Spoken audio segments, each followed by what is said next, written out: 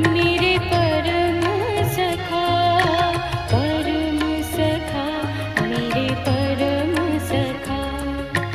तुम ही बंधु हो, तुम ही सनेही, तुम ही हो मात पिता। दुख में धीरज देने वाले, कष्टों में सुध लेने वाले। दुख में धीरज देने वाले, कष्टों में सुध लेने वाले। तुम ही सहाय सदा।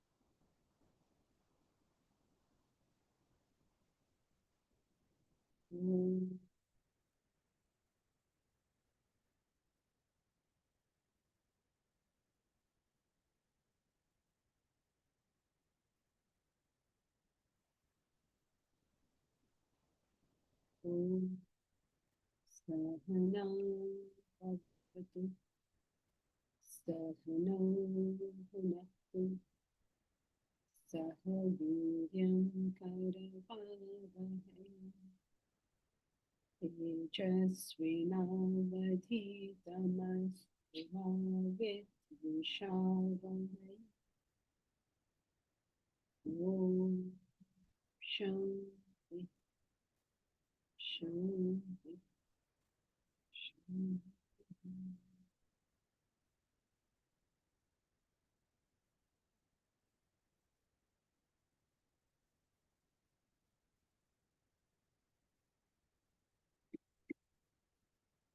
Deepraj, general question. What kinds of thoughts are memories? Memories are mind, of course. You're going into the realm of the known by definition. This is the realm of the known, so by that definition, it's mind, but it's not invoking any sort of emotions. I mean, it may or may not invoke emotions. So what? I mean, why does emotion, it not invoking emotion, imply all impulses are not emotions? all thoughts in the mind might not necessarily be likes and dislikes. Are you talking about likes and dislikes or emotions? Okay. And you think likes and dislikes and emotions are the same? Yeah, that's what I thought. Well, I like a cake. That doesn't necessarily mean I'm emotional towards the cake. Like at the moment I'm saying I like a cake. What emotion is being generated? If I mean, some sort of positive emotion will be generated from that thought. No, I mean, then well, the grass is green. Not necessarily. Yeah, but the grass is green does not involve any like and dislike. So what? It is from the past, no? Okay, so the reason why I didn't associate memories with the mind was because I had this that all thoughts in the mind has to be likes and dislikes, which is not necessarily the case from what you're saying. Well, technically, I mean, see, because we do this on a public platform, it's almost like we're doing two separate things. Suppose you were in the university and studying the course, literally studying the course and then you're going to be, technically very perfect about this, then all your memories are your likes and dislikes. Because you won't remember it unless you have a like or dislike about it.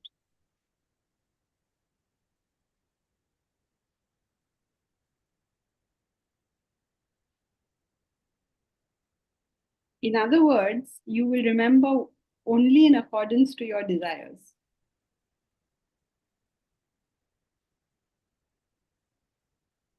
Yeah, but the reason why that doesn't make sense to me is because if the desire has created the memory, doesn't mean the desire is the same as the memory. Okay, so So, mm, because that type of thought, maybe I have a thought that I have 100 rupees in my bank account, right? Because I'm money minded, that desire has created the memory, but that doesn't mean the desire for money is the same as the information in my mind that I have 100 rupees in the bank. It seems like a different category of thoughts to me. it is different, but the reason for the memory is the desire. Otherwise, why would you remember it? Yeah, the reason is the desire, but it is not a desire. It's a piece of information. That's where my problem with putting it in the mind is. So, That it according to can, you, yeah, every piece of information is intellect? no. Then how can you make this statement? I was making it from like it's a different category of thoughts. There, as of current class, you can make many classifications. Hmm. Current classification is your mind and intellect is what we're using, right? So Okay. you can't say just because it's information, it's intellect. In fact, no. Intellect is what you do with the information, not the Yeah. information. Yes. So the way I was thinking was the information is the intermediary between kind of the mind and the intellect. Okay. Then you're adding something else which is not there. There is Yeah. stimuli. Hmm. So once the stimuli comes to the mind, it will either Hmm. be completely ignored, like Hmm. in this room, Hmm. you're seeing a Hmm. screen, you're going to ignore certain things and remember certain things. Hmm. So who do you remember? Like for instance, in class, you're Hmm. seeing a screen full of people, names and all that. Hmm. Who do you remember whether they've come to class or not? Only people you know, people you're friends with, or people you really dislike. Oh, that horrible person is coming to class and he doesn't know, he or she Yeah. doesn't understand anything, but they come to class. That's why Okay. you're remembering that person is coming to class. Yes. So you But can't put information, yeah, maybe you mean stimuli. Stimuli is received by the senses. Now, what yes. you're doing with that is your mind and intellect. Yes. Um, yeah, like my problem still persists because I agree that because of the mind, we are taking in certain information. That much I agree. But my problem is categorizing that information as part of the mind just because it comes from the mind to put it in the mind. Well, Then, yeah, yeah, that's where it is stored because where else will you store it? Will the intellect store? The intellect will retrieve this information. Is that why your problem is? The intellect's role is retrieval of information. The mind's role is to store the information. That is what is the known, right? yeah. No, So my issue was putting it in either the mind or the intellect because it doesn't fit in any of the two definition. Intellect is discrimination, then memories are you'll have not. to reclassify if you and that I mean, like, what's the purpose of this reclassification? Remember, when we do classifications, they're meant to for a certain end. So what is the purpose of reclassification? But the purpose of reclassification is understanding how to use these memories. That happens by saying that the mind intellect has to use them. Intellect retrieves them at the right time. Okay, I have to think about that. Thank Janki ji, I just had a Yeah. doubt. That means you feel that if somebody hurts you, you tend to remember the person far more than a random person that you happen to meet. So that gets into your mind and you remember, isn't it? I mean, you use your mind for that, right? To remember as a memory. No, the memory, your memory is in your mind. Okay. The retrieval of that memory is from your intellect when there's an effort involved. Okay. But the information has to be stored in the mind. Now, your mind can throw up memories also, like you see a person you don't like, and then you'll say, oh, that person is, oh, he's coming to class, he just wants to show off. It's like, unnecessary thoughts, unnecessary nonsensical waste of time thoughts. They say they're studying Vedanta, but what? But they don't show any qualities of Vedanta. What is it of yours? You study and you grow. No, who studies, who doesn't study, whether they are growing, not growing. What is it to do with me? So But the memories mind are, will yeah. throw this up. Yeah, Or yeah. this is all mind activity. But the intellect's activity is that I pick it up when it's necessary. To discriminate. Only for discrimination. Yes. Okay. So memories are basically because of the mind, because we're desires and all that. Memories are stored in the mind. In the mind. Okay. Thank you, Janki. Right. So we studied about the two aspects of religion, which is you must know what is your nature and therefore choose your courses accordingly.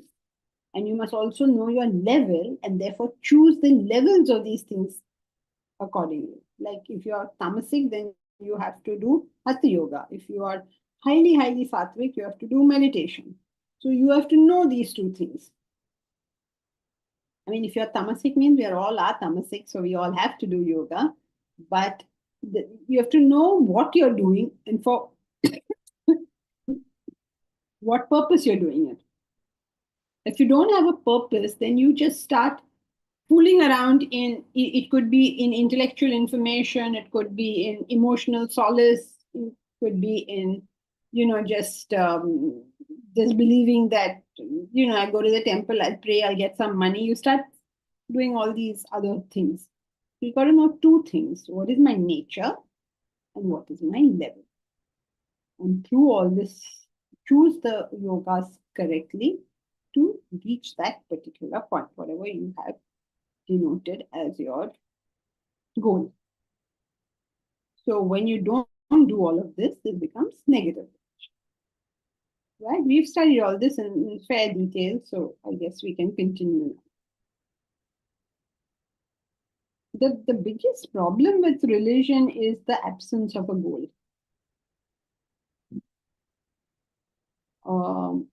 So therefore, there isn't much benefit that people are getting out of religion. That's the sad part. It's like they do, it's more or less becomes a mechanical practice. So I have actually been thinking about this and wondering what we can do about it to prevent it from becoming a mechanical practice. We can do various things. We can maybe start exams, or we can make some amount of I don't know. Y'all have any idea? What do you think?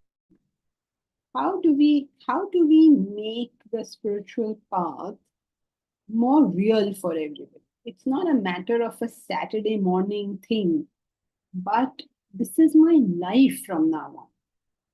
So do you all have any ideas on how it can be made less mechanical for us as a group?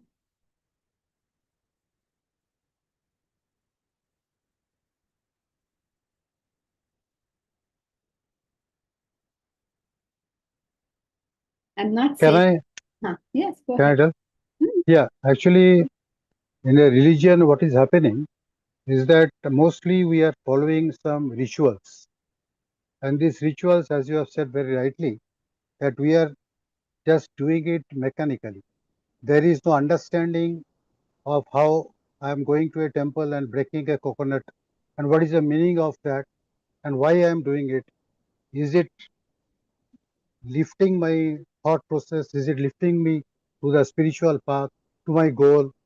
Without understanding the rituals, we are just doing it mechanically.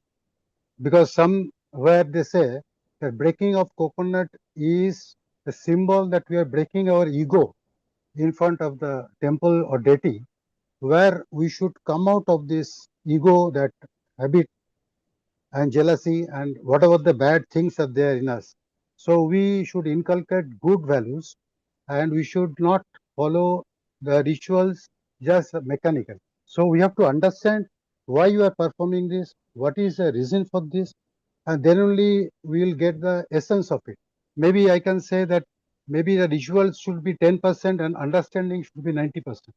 But what we are doing is just the opposite. That's the thing. Okay, Right. but you just very nicely repeated the question. Now, Yeah. I don't think anyone here in this class falls in the category that you have mentioned. Everybody here understands those rituals, and I'm sure they do 90%, 10% ritual and 90% studies. But now but even attending class itself, even trying to get that understanding becomes mechanical. Mechanical because it becomes separated from our normal life. So the question is, does anyone have any suggestions how we as a group can become less mechanical in our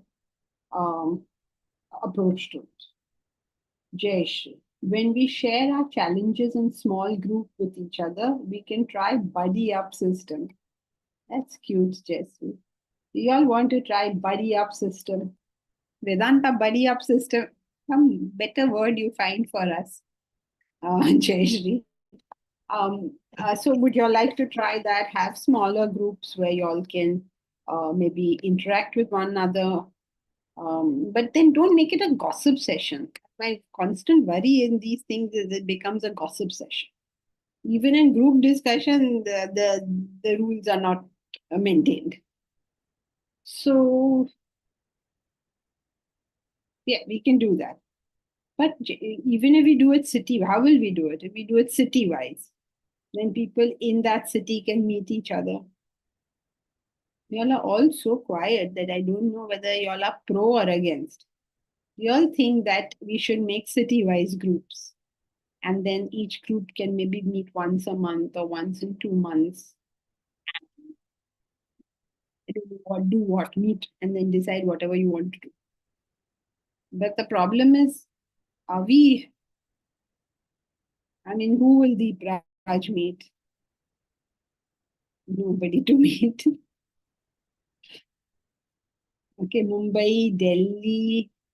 Where else can I see people? Prashant, where are you? I'm from Kochi, Kerala. Kochi. Okay. So there's one person in Kochi, one person in Hyderabad.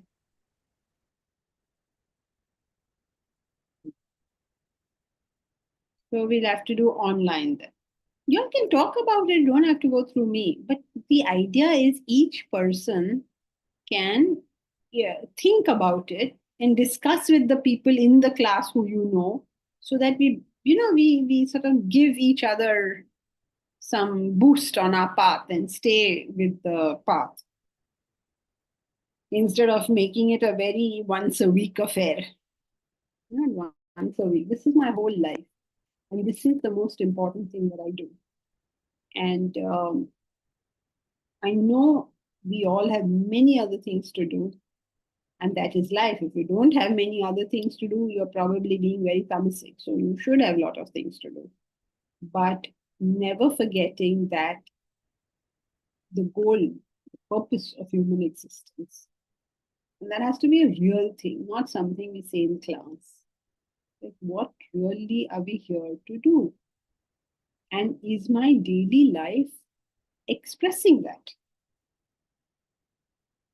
Otherwise, in class, I'm okay. What is the goal of human existence? Everybody will say self realization. How do you get self realization?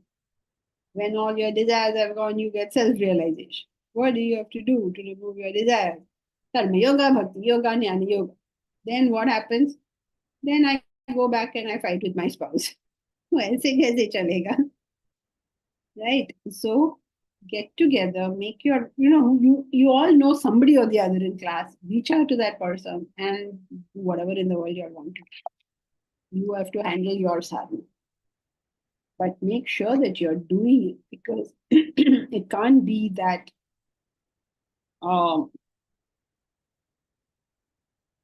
that it is something I want to do. It has to be something that I am doing. Like maybe Sanjay Sen, Kalyan Kumar, y'all are all in Gurgaon. Maybe y'all can do something together. Meera, you're also somewhere near Kochi only, isn't it? No, right now I'm in Mumbai. Right now in Mumbai. But you stay in Kerala, right? No, I stay, my permanent place is Mumbai itself. Oh, okay. I have a place in Trivandrum Trivandrum, okay. and in Kunur. And in? Kunur. It's in Tamil Kunur. Nadu, Nilgiris. Oh, okay. Okay. So anyway, this is idea. Y'all can execute or not based on what y'all think. But the important aspect of it is that whatever according to me is my purpose is something that I have to be doing on a daily basis. And sometimes, yes, my inspiration will go away and I will forget about it. But then I have to create for myself an environment where this is reminded to me over and over and over again. All right, so let's continue reading. Who will read the next paragraph? Meera, will you read the next paragraph? The effect of meditation on a beginner is just the same. A mind congested with thoughts and desires, worries and anxieties is drawn to one line of thought. It is removed from the congestion of thoughts for those moments. It experiences a temporary peace. This practice thus lends the charm to an agitated mind. That feeling is lost with repeated attempts at meditation. Some understand its futility and drop the practice, but the ignoramuses are led to believe that the instant relief is a permanent transformation of their personality. They pursue doggedly only to be disappointed and frustrated in their lives. So basically, what this para is trying to say is meditation offers only a temporary respite. It is not permanent. And those who are ignorant of this will continue doggedly to meditate, not understanding that this again is temporary and they're back to square one, where they started. Good. So you remember what is the effect of meditation on a beginner is the same? Anybody remember same as what?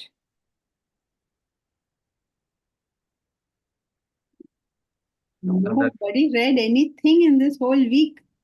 Same The as, guy, huh? the guy's sleeping in the forest.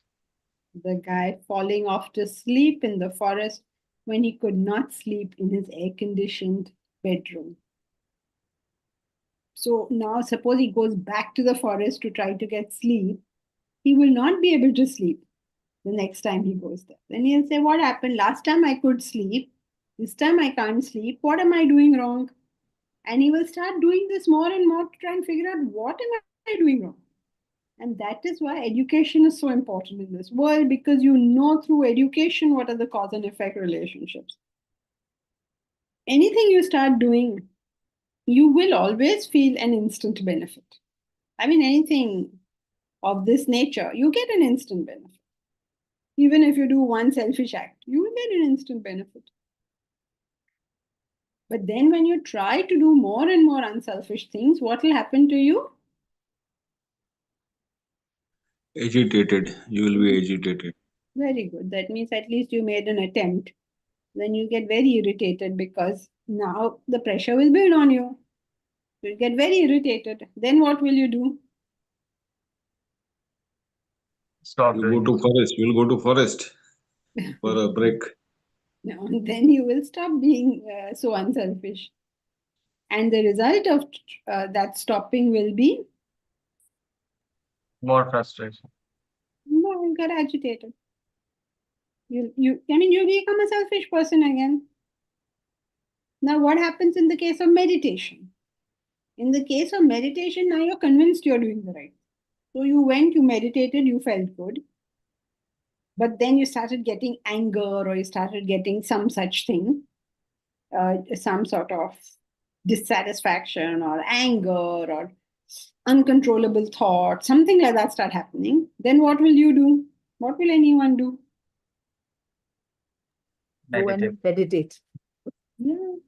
If you do unselfish action and you get agitated, you leave the unselfish action. If you do meditation and you get agitated, you do more meditation. It's an amazing phenomenon. This is what happens. And this happens because of Lack of education. lack of education. Very good. Not figured out that the agitation I take in my attempts to be unselfish will lead me to joy, and the agitation that I undertake in my attempts to meditate will crack my mind. I don't know this. So I do just the opposite thing. It's incredible. This is the whole problem with ignorance. That is why ignorance and discrimination are so tied into each other. If you are ignorant of the fact, how will your discrimination work?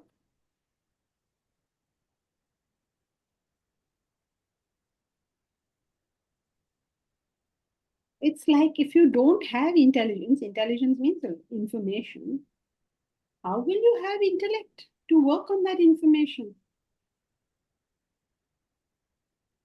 So you could be a very smart person, like inherently very smart, but you don't have the information.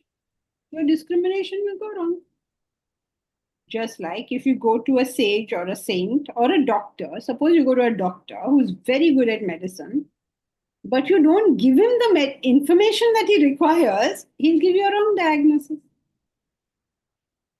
Which is why they say with your guru, you always have to speak the complete truth.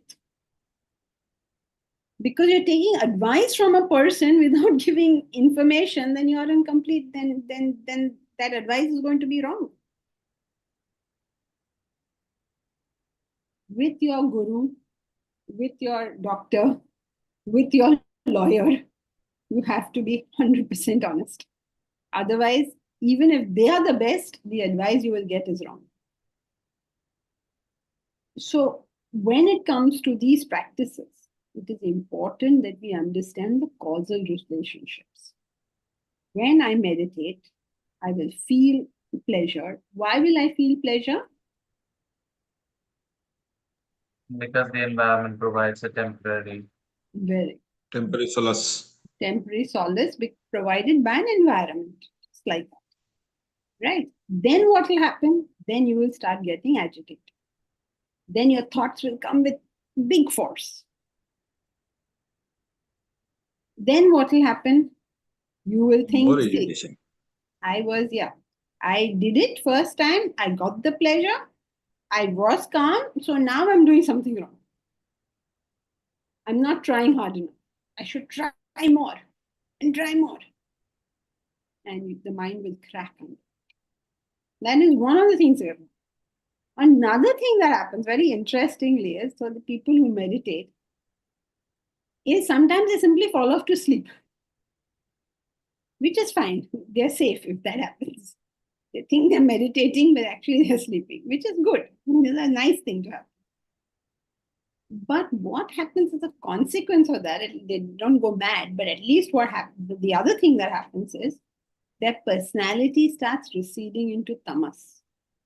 Like they're not interested. It's like a withdrawal takes place.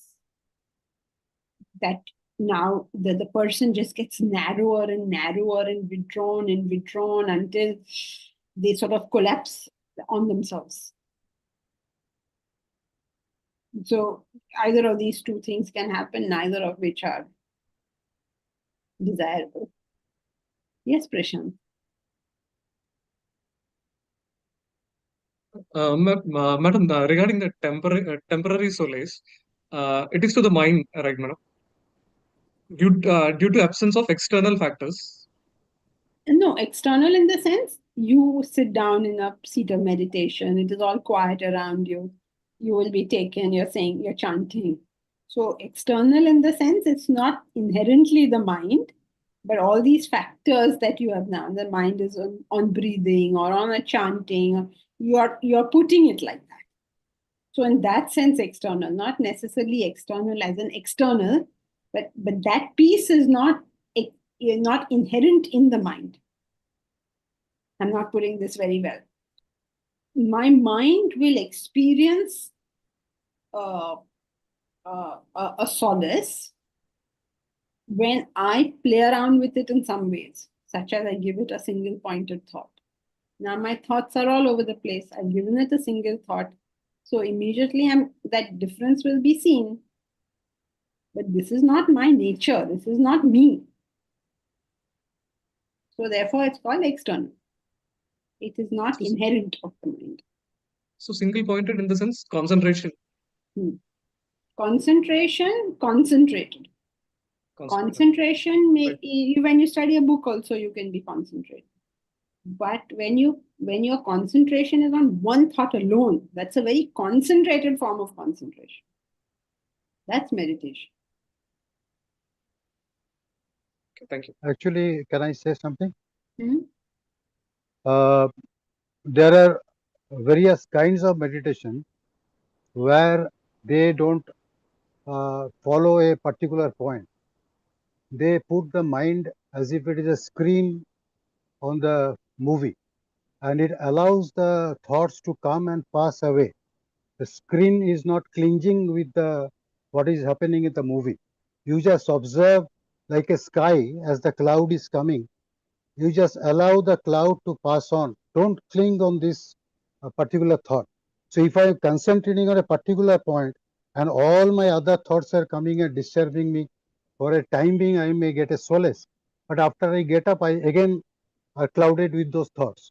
But if I am allowing peacefully and normally to pass all those thoughts, not getting logged into it, then what happens? The mind gets trained. And as you said earlier, that it has to be a continuous practice.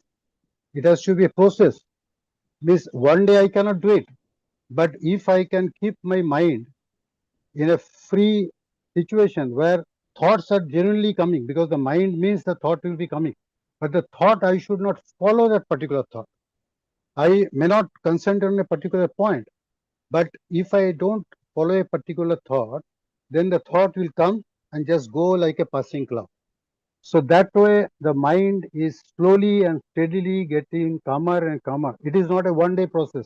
Like you have said, that spirituality, on the path of spirituality, you discuss among yourself and do it regularly, not weekly class and all. That is correct. But at the same time, that I am getting agitated because my mind is getting frustrated, or my mind is started getting different kind of thoughts. After the meditation is over, that will make me not to attend the meditation or not to try it, or that will be. And if I am ignorant, that is a passage says, if I am ignorant, then only I will continue. I don't agree to this up Okay. to some extent. All right. Yeah. Whatever. I mean, if everybody takes off, then we will never have a class only. So just say whatever you want to briefly. Yeah. I just Now said we that. are discussing meditation so that and we define what we are discussing. So if you change the meaning of the word meditation, then that's a different discussion.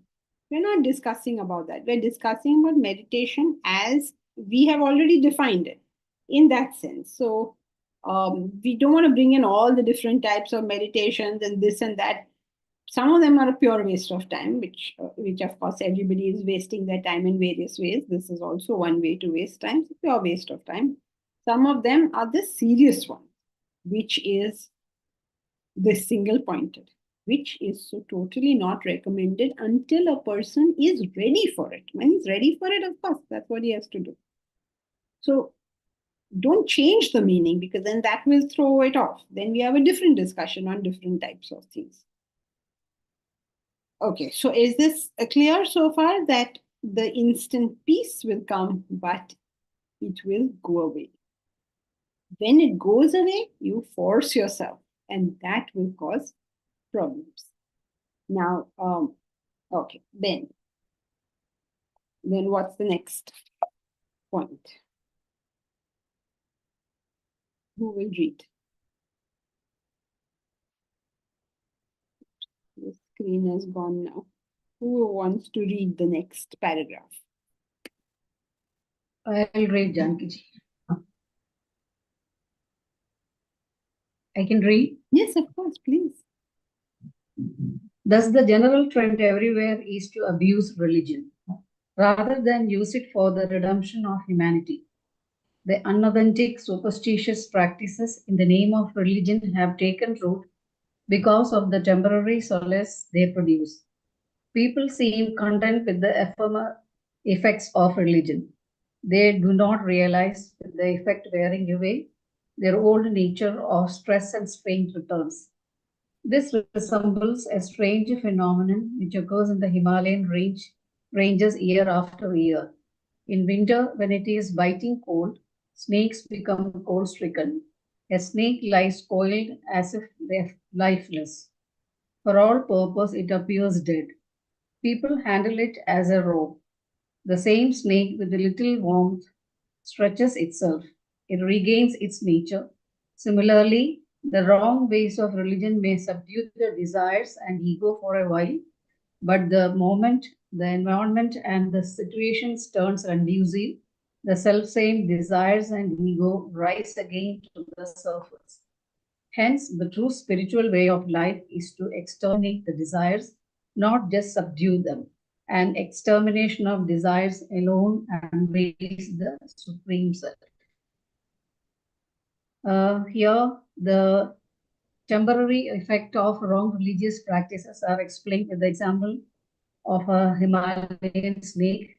When it is biting cold, it becomes stiff and like a rope, and anybody can handle it. But the moment it warms up, the snakes uncoil and it is back to the position. In the same way, if we are if for a temporary period, we may become comfortable. After that, when conducive atmosphere comes, our desires will again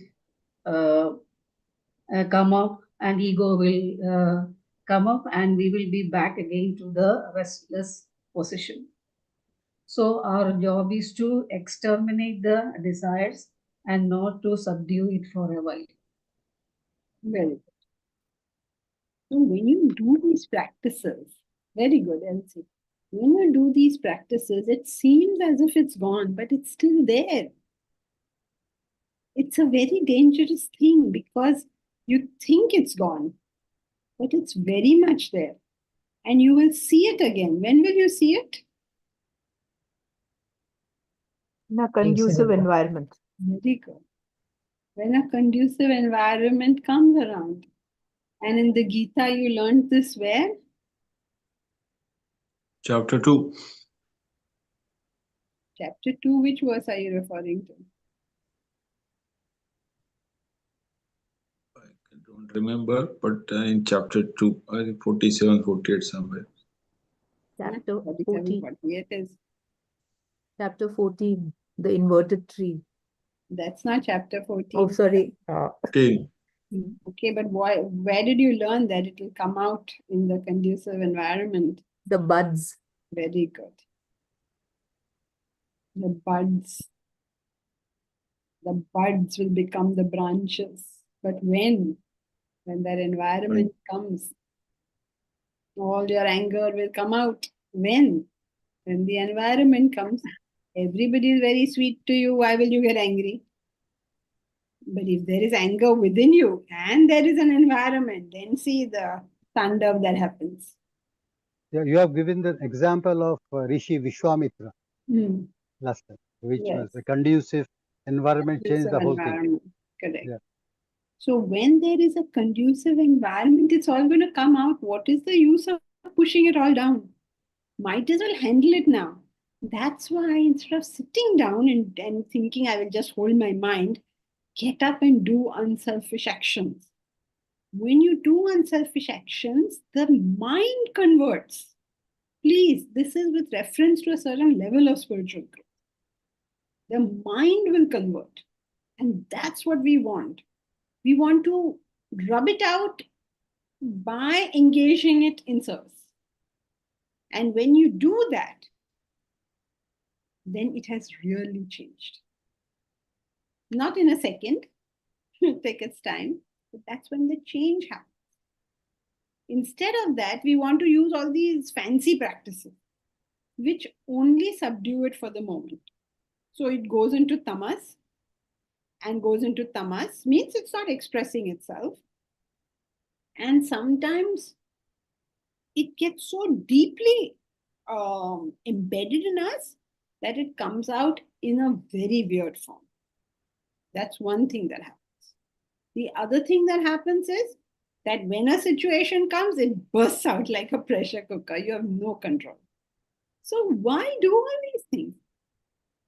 And the third and the worst thing is which happens is that the mind itself cracks, which is the worst situation ever. Because now the mind is cracked, you have to just die and be born again. What else can you do? I mean, not literally, but you'll wait for years and years and years. It's like your bone has broken. What exercise will you do? You have to wait till it heals. So therefore, be very, very careful about these things. Don't fool around.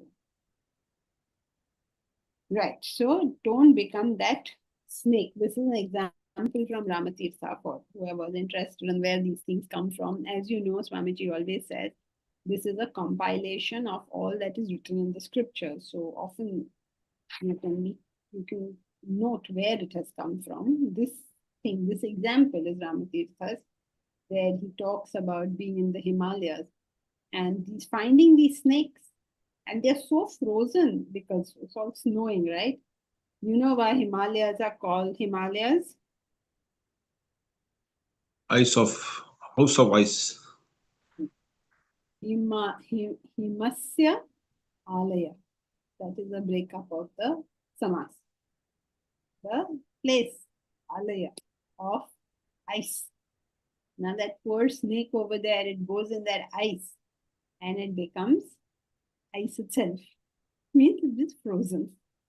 Now you can touch it. It's a poisonous snake. You can pick it up. You can play with it. As long as it doesn't get warmed up in your hand, of course. But you can play with it. But when it warms up, now you go anywhere near it and see what happens. So we shouldn't come back. to these. Huh? You will not come back. Yes. So we should be very careful about these things. Right. So is this topic clear about negative religion? What have we learned? That you use religion for some other purpose than what it is meant. That is one part of negative religion. The other part of negative religion is you use the wrong practice at the wrong time. All these things come under negative religion. Why do they come under negative religion? Because none of these are going to give you the effect which you want from religion. All right. Is this clear? Any questions on this subtopic?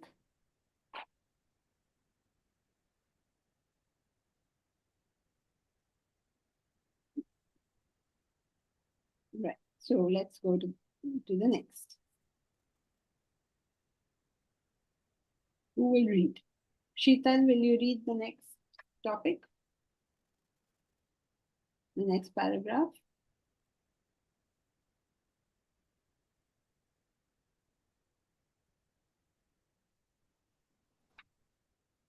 Sheetal? Did I see you somewhere? No, there you are. I can't hear you. No.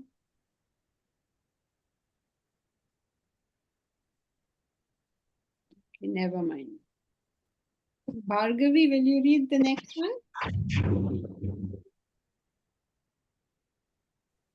Janki ji, Ji, Okay. I am in hospital taking care of my mother-in-law and listening from Oh. there. Okay. Yes. am I audible, Janki ji? Yes, Sheetal, you are. Okay, so can I read? Yes, please. Impediments in the spiritual path. Thus, the general trend everywhere is to abuse religion rather than use it for the redemption of humanity. The unauthentic, superstitious practices in the name of religion have This is taken the previous paragraph. Yeah, what is happening? This is the but it changed, and on my screen it started showing that. No, Okay, no, so it's I fine. will Now tell- My mistake. This is Okay. very, Okay. So impediment in the spiritual path is a scientific, methodic process for human redemption. Human beings are steeped in spiritual ignorance. Everywhere people grope in darkness to find peace and happiness in the world. What they need is the light of consciousness that shines within every living soul, the knowledge of the divine self. The process of redemption is clear and simple. Analyze the nature of your inner personality. Assess your spiritual need. Treat it with the compatible spiritual courses. Practice them diligently, consistently, until you gain the supreme knowledge. So the paragraph says that what do you mean by a right spiritual path, and how one should how one should select that spiritual path to gain the supreme knowledge. So there is a methodical process in human redemption, and that is called religion or spirituality. Okay, but we don't know this. So therefore, we don't find its use. He's just summarizing what he has spoken, then what Shital also just said. So there's a proper way of doing it. Now, let us say that we are following the proper way. Okay, I hope this paragraph is clear. That there is a proper methodical way. You already studied that way, and if you follow the right way, you find happiness, and if you don't, then you don't use religion properly. So it seems like we've got it, understood. But we have a problem. What is our problem? That even if you do it all correctly, okay, you chose your path correctly, you know the goal correctly, you know all these things, and you are doing it properly, there is a big impediment in the spiritual path. There are obstructions in the spiritual path which you need to know about. This is a very, very important thing, mainly because it's so ignored in this world. So therefore, this impediment has to be understood. This impediment, since you should know where it comes from, is given to us in the Isavasya Upanishad. And it repeats it and repeats it so that we get it. And very important that we pay attention and learn what this impediment is. We are all going to fall for it sometime or the other. Let's at least find out, let's at least know what it is. So we can't always promise we won't fall for it, but at least when you fall for it, you will know what has happened. So who will read the next paragraph?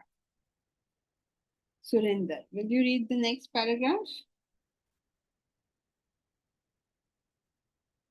Yes, ma'am. However, while pursuing the course of spirituality, you must carefully avoid overcome two main impediments that confront you. The first is the mundane level, which is common to all, while the second is encountered by those who take up the spiritual practices seriously. The common factor in both impediments is the human weaknesses of becoming attached to the objects of experience. The mind craves for the sensual pleasure, emotional feelings, and intellectual concepts.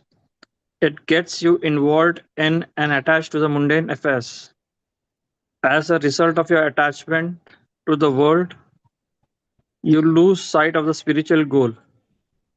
This impedes your progress in the spiritual path.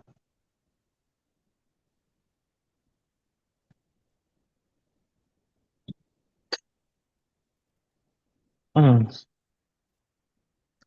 Basically, your Swamiji is talking of the impediments, and the most common impediment is that we get attached to the mundane affairs of the world and we lose sight of our spiritual goal that we have set for ourselves.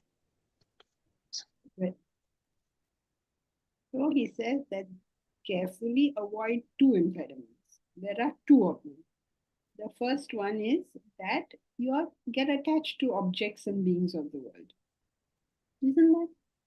We go off a path because of some attachment. All the time this is happening in our life. Something or the other.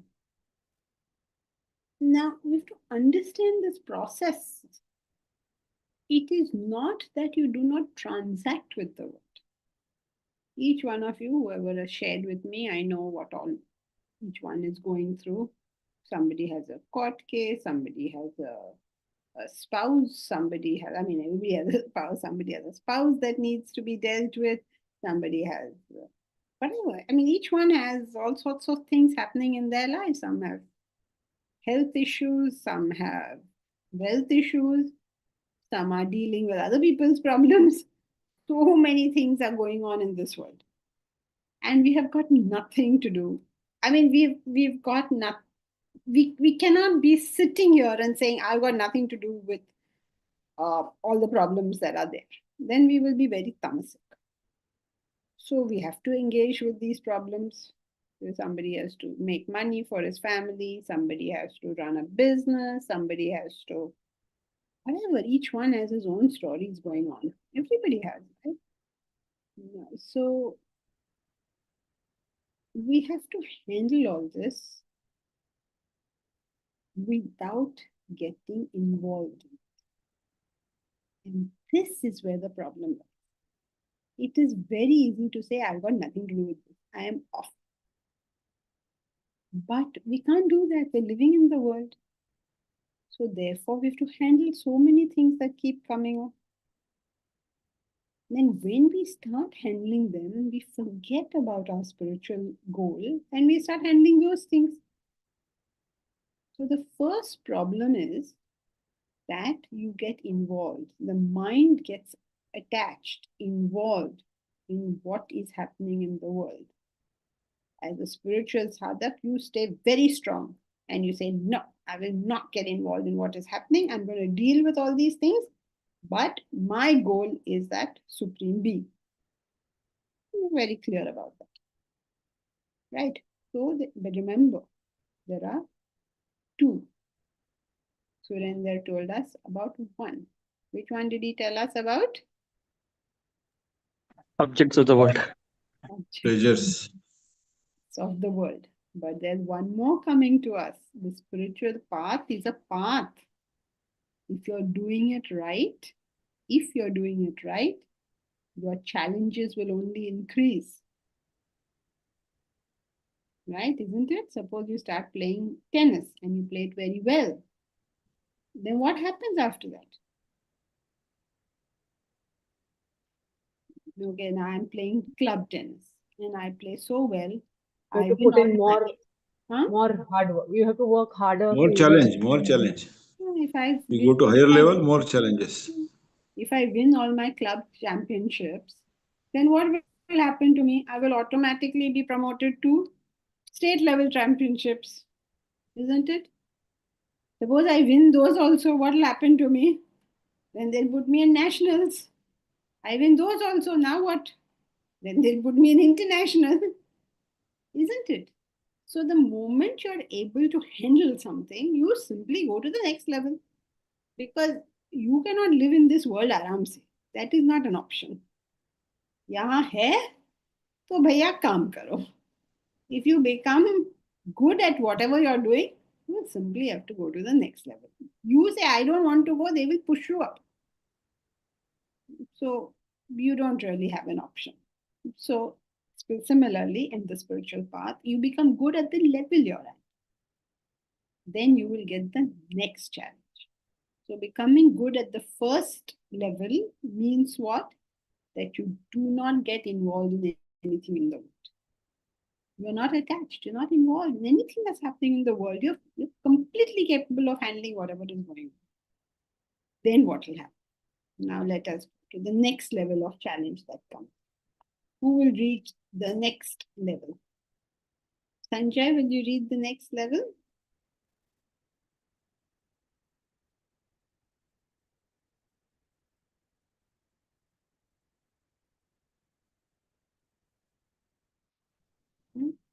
Sanjay.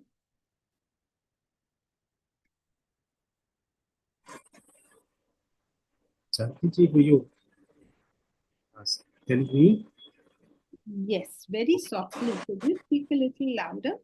Sorry, the transmission is not too clear, but I'll try. Yes, okay. We could hear this. The second impediment you face is your attachment to spiritual courses. Your involvement in bhakti, devotion, jnanam, knowledge, and karma, action.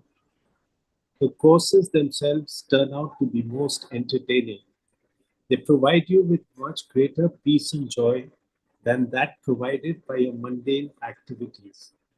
Your mind develops a fascination for the courses themselves and begins to revel in them. Gradually, you become involved in, attached to the practices. It is far more difficult to pull yourself out of spiritual involvement than from mundane involvement. Hence, you continue to merely indulge in their enjoyment. Apart from the first impediment, which is for everybody, once we get onto the path of spiritual evolution, there are the three paths that we normally take. Those paths are enlightening in themselves, but they have a big impediment trap there also, because we tend to get very attached and involved in those paths. So we have to get to a situation where we get onto those paths, but then also know when to go beyond them and not get attached to them and sink in them. Yes, good. So first impediment is your attachment to the world. Second impediment is Attachment to spiritual courses. attachment to the spiritual courses. Now, why do you get attached to the spiritual course? Pleasures, you're getting pleasures. Because they are so much better in terms of happiness than anything that you have enjoyed in the world. Imagine that you have been eating a gulab jamun and loving it. And then you start enjoying unselfish action. What will that gulab jamun be to? Right? The pleasure you get in service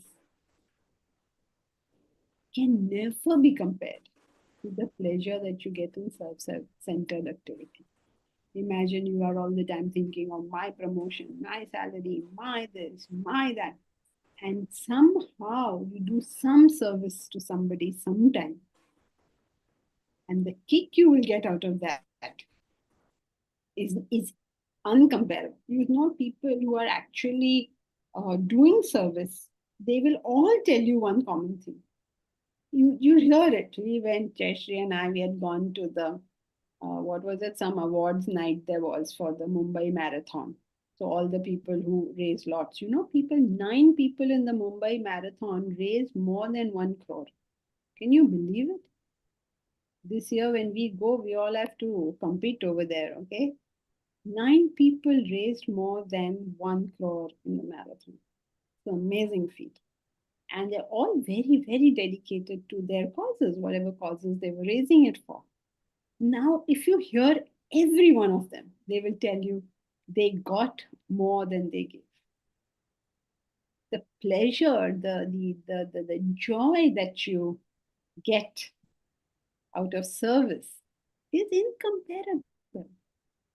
What pleasure will you get out of listening to all these pop singers? And what pleasure do you get out of devotional music? What is the pleasure of reading all the information of the world? And what is the pleasure of the viveka of spirituality? There's no comparison.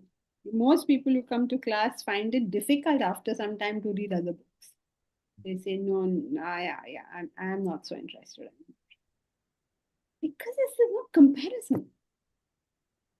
So now what happens to the mind? The mind loves it. And when the mind loves anything, it will stay there. So our second impediment in the path is getting attached to the path itself. What is the depth of a relationship you will have with your teacher? And what is your depth of relationship you can have with anybody else in this world? There's no comparison in anything. So keep getting attached to everything on the path. That's your second impediment. Okay, so this is something for us to remember. Keep it in mind. We may be struggling at level 1, but level 2 is coming along. Don't worry. So be warned. Even before the time comes, be warned.